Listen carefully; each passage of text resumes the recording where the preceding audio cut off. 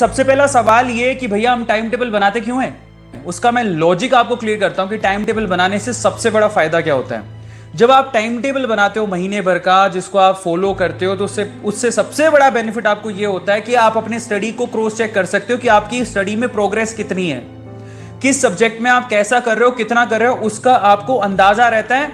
और एक्चुअली एक बायोलॉजिकल एक साइकिल बन जाती है, एक आपके माइंड भी प्रिपेयर होने लगता है कि मुझे इस साइकिल के साथ चलना है, जिससे वो क्या करता है कि धीरे धीरे, जैसे आप एक पर्टिकुलर टाइम पे सिर्फ फिजिक्स पढ़ रहे हो, एक पर्टिकुलर टाइम पे सिर्फ केमिस्ट्री पढ़ रहे हो, एक पर्टिकुलर टाइम पे सिर्फ बायो पढ़ रहे हो या केमिस्ट्री पढ़ रहे हो या फिर मैथ पढ़ रहे हो, तो माइंड को आदत हो जाती है, उसी पर्टिकुलर टाइम पे जाग जाता है और उसके कॉन्सेप्ट आपके दिमाग में आने लगते हैं। इसीलिए मैं आपसे कह रहा हूं कि एक पर्टिकुलर टाइम पे आप लोगों को टाइम टेबल को फॉलो करते हुए स्टडी करनी चाहिए, जिससे आपका माइंड, आपकी फिजिक आपको सपोर्ट करे, और ये बहुत ज्यादा इंपॉर्टेंट है। क्लियर हो गया? इसलिए हमें अपनी स्टडी को क्रॉस चेक करने के लिए कि हमने पढ़ाई की तो हमारे पढ़ाई का लेवल क्या है, हम किस लेवल तक पहुंच चुके हैं, कौन से सब्जेक्ट में, हमें अंदाजा होना चाहिए अपनी प्रोग्रेस का।